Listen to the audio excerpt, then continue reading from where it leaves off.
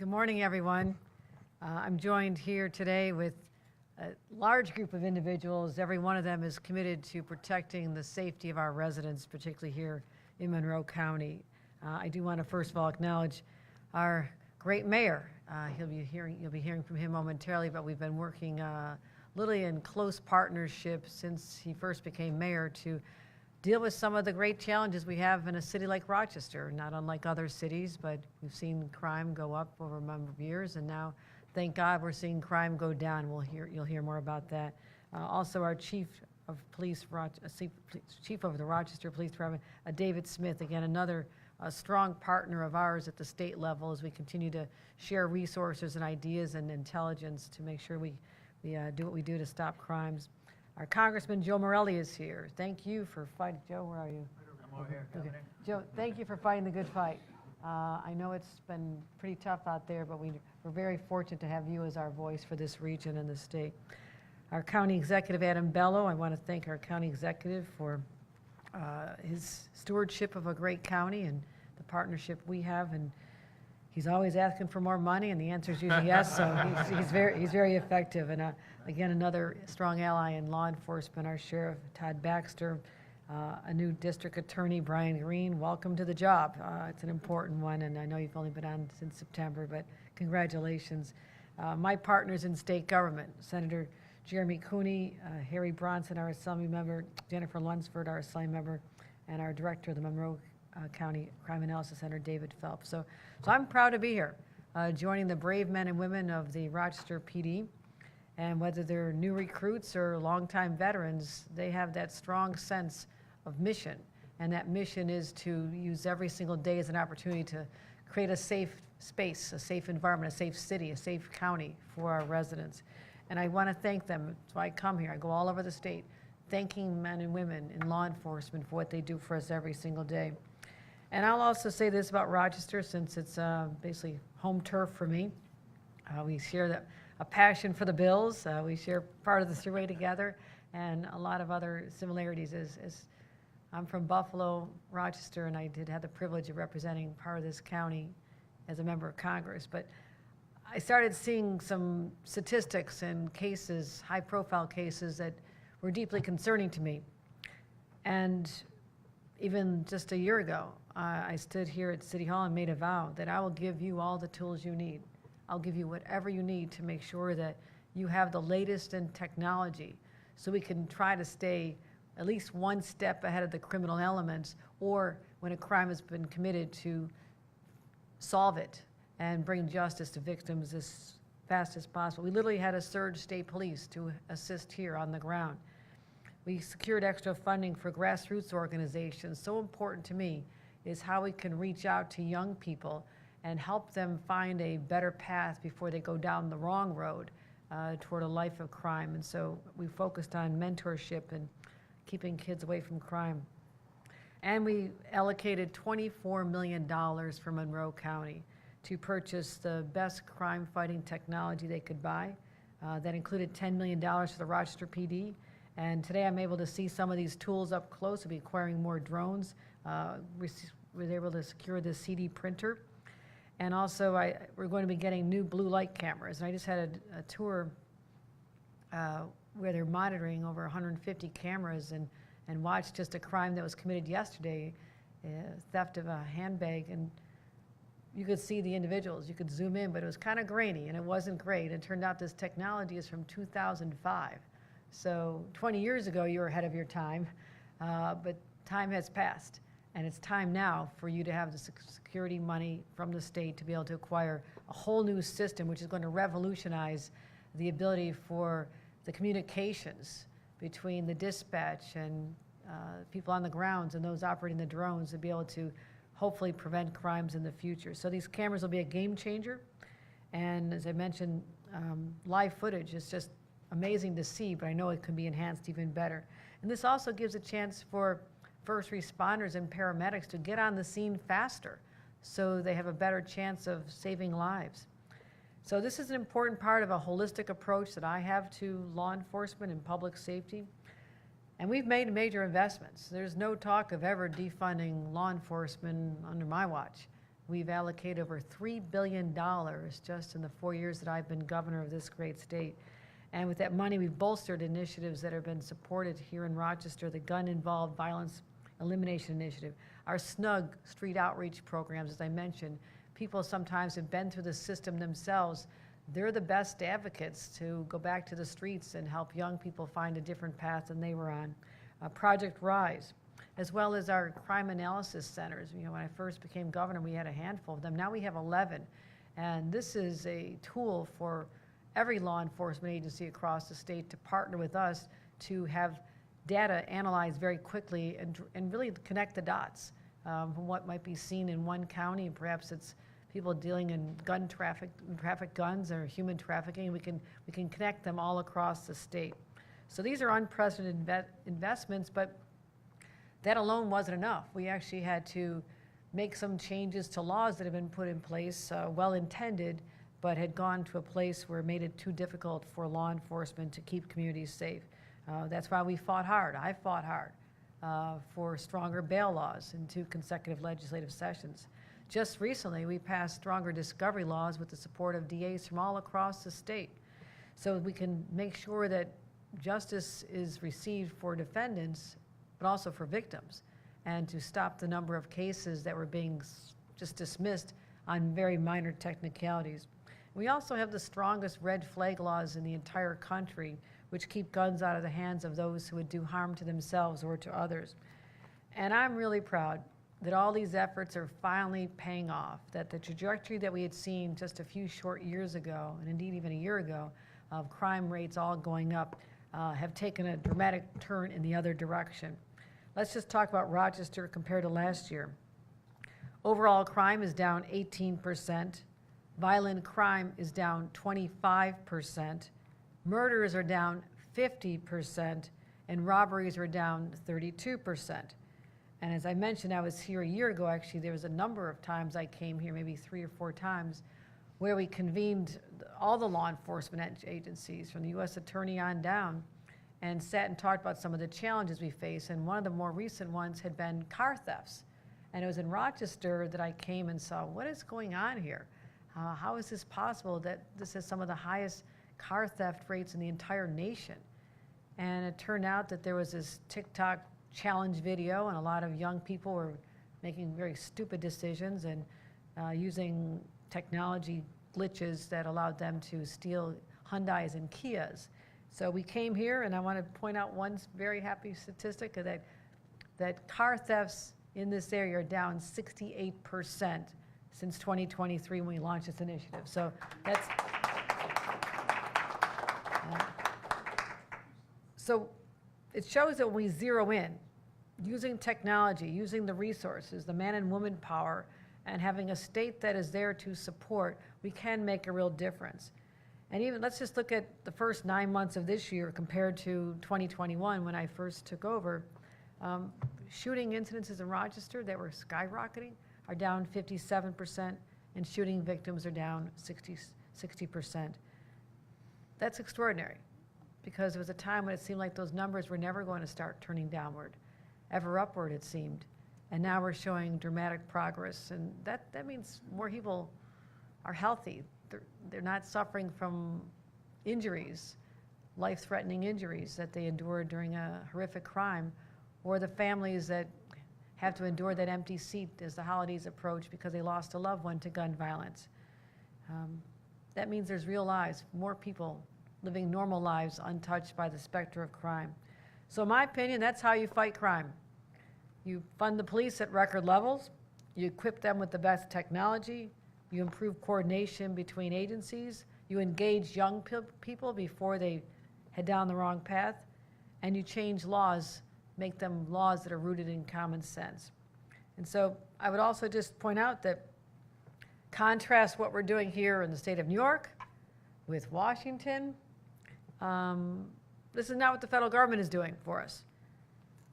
They're wasting a lot of resources, pulling together literally FBI agents who could be helping, help us fight terrorism and crimes coming across the borders, and the work that the FBI does. It's very important work. Many of them and others in law enforcement have now been converted into ICE agents. because that has been the priority. The priority was supposed to be to go after the worst of the worst, the baddest of the bad. And that's not what we're seeing. We're not seeing it in the streets of Rochester. We're not seeing it in the rural farms and factories where the raids are occurring. We're not seeing it in the streets of New York. So federal government, contrary to what we're doing, they're wasting resources. They're targeting innocent individuals. They're sending masked ICE agents into our cities. And they're also defunding the police. And I had to point this out to the president on a phone call when he tried to cut $187 million in federal Homeland Security money, something that Secretary of Homeland Security Kristi Noem wanted to happen. She slashed crucial counterterrorism funding here in the state of New York. And this is not just a concern in New York City. My husband used to be the United States Attorney. He's well familiar with some high-profile cases we had right here in Buffalo and in Rochester in particular. So they thought they could cut this money. I called up the president and said, "You really want to defund police? Not a good look." That would have also lost $900,000 from Monroe County Sheriff's Office as well, which is taken away. So that's also would have defunded our bomb squads, our tactical and K-9 teams as well. So we stepped in. We also have an attorney general who stepped in to help take this to court. And so I just want the message out there. You touch our law enforcement money, which cripples our ability to fight the worst of the worst, because that's who we are going after. You've got to get through us first. We'll rise up. We'll use our voices. We'll go to court and do whatever we can to ensure that the resources to a place like the Sheriff's Department, our local police departments, and the state police, as well as NYPD, are always going to be there. So we're not defunding police. We're prepared to fight back. And I will say we've come a long, long way. And despite talking about these very positive numbers, you'll never hear me say mission accomplished, because there's always one more person out there trying to commit a crime, and that is why our job is never over.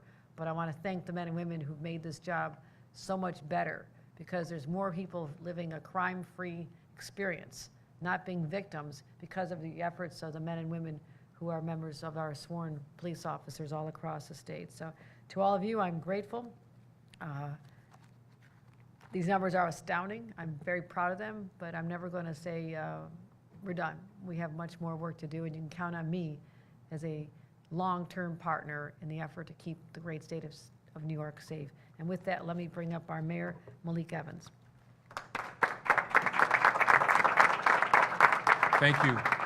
Thank you, Governor, for being here. And just let me be clear, my first day in office, we know that in 2021, when I got elected, when I took office 2022, Rochester had the highest homicide rate that we had ever had in the history of numbers that were being kept at that time.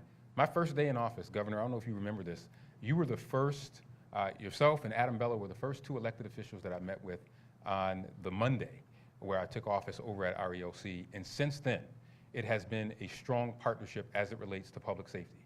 You will oftentimes hear people in our business in elected office talk about how important public safety is, but they don't want to put their money where their mouth is. This governor in the state of New York has brought so many resources to Rochester. You heard the numbers, and the numbers bear out that when those resources follow the words, you get results. And the results that the governor just mentioned speaks for themselves. And I'll give you another data point. New York State, under the governor's leadership, also funds for us, along with the district attorney, our non-fatal shooting program. Rochester's non-fatal shooting clearance rate is double the rest of the country, and that is a result of the resources that New York State has put here in Rochester. Our GIVE program, Rochester has gotten some of the largest increases in GIVE funding, and as a result, you heard those numbers that the governor is talking about. And then lastly, I'll say is you see some of the technology and resources that are here. Those are things that often in a city that is stretched, we can't afford a lot of those important innovation technology pieces that are so important to helping to combat and solve crime. So when you have a governor that says, I'm not only going to help give you the people resources, but also the equipment, that goes a long way in the city of Rochester. So I think that Rochester is a model. not only for the rest of the state, but also the rest of the country. But it's also a model of what happens when you have multiple levels of government working together, not talking about it, but doing it. And Kathy Hochul has been doing that for as long as she's been in office. And I will tell you, over the last 4 years, it's been an honor to work with someone who knows how to get, it's before lunch, so I'll say stuff done. She knows how to get stuff done, and I'm so grateful All for right, it. Thank you, Governor, for being here. Appreciate it. Thank you. Our Chief of Police, David Smith. Thank you, Governor. I'll be brief, two very hard acts to follow, but you know, the mayor and I were talking before coming in here, and we've been through a lot in the past 4 years in this administration. A lot of good, a lot of bad, but the good and the progress, I think, far outweighs the negative. And although we're not where we really need to be, thanks to the hard work, the men and women of the Rochester Police Department, our partners in the Sheriff's Office, our federal partners, and certainly because of the state programs, the state funding, the GIVE program, the non-fatal shooting program, we are a long way from what we used to be. So again, you know, appreciate the support, certainly appreciate the funding. You know, we couldn't bring you all into the command post to show you, because it's a very sensitive area, but you know, like the governor said, our current camera system is over 20 years old. And it's not just the cameras, it's the infrastructure that supports those cameras. I mean, we still have antennas on top of buildings that are relaying the information to us. So having a system that truly was developed in this century is going to be a game changer for us. And it's a multi-year project. It's going to be a little bit till we get it up and running. But I think you will see, again, more significant results driving us toward our ultimate goal of keeping the citizens of Rochester, the citizens of Monroe County safe. So thank you. I'll stay here in case there's any, stay here in case there's any off topic. Mayor, want to cut if there's any off topic, yeah, or on topic, right? Yep. All right. I guess we have time for just a couple on-topic questions. Does anybody have any on-topic questions at this time? No on-topic? All right, All right, thanks, guys. We'll just take a second to excuse our friends. all right, Thank you. we're good then, all right. Thank you, Governor. All right, thank you.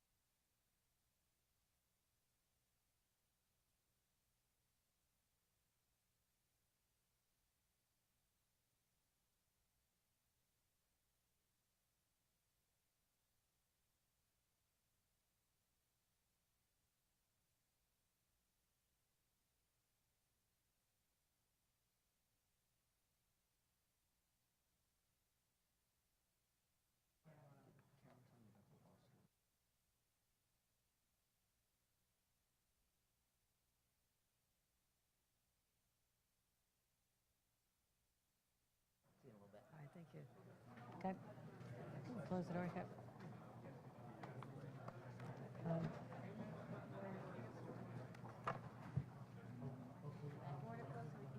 right. Just a couple questions. Thanks, guys. We're on a bit of a tight schedule today, so we have time for a couple off-topics. She'll call on who Yep, she wants. Jennifer, go ahead. Okay. Governor, I wanted to ask about power in New York State and the electric grid. We have done some reporting recently on a lack of electricity availability for a number of towns, almost all of Ontario County, that can't get current development projects hooked up because there's no power left. I'm wondering, in light of what you're seeing across the state, if you're considering delaying the January implementation of the All-Electric Act. You know, we just received correspondence from some upstate members of the legislature, so we're looking at that seriously. You know, I've made affordable housing one of my top priorities, and we look about what's happening, what are the real drivers of why housing is expensive and it's going to get worse.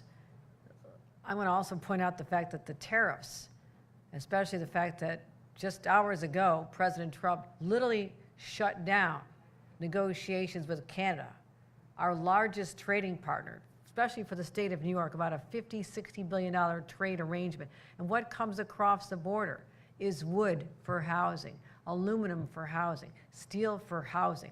So all of those commodities are going to continue to just wreak havoc in our system where we're trying to build housing with a finite amount of dollars. And so I think that's something that should be called out immediately. And on the electric building issue, I'm looking for an all-the-above approach. I really want to make sure that we're being thoughtful about this. I know the laws that are in place. We have made some accommodations in the past, like the electric buses.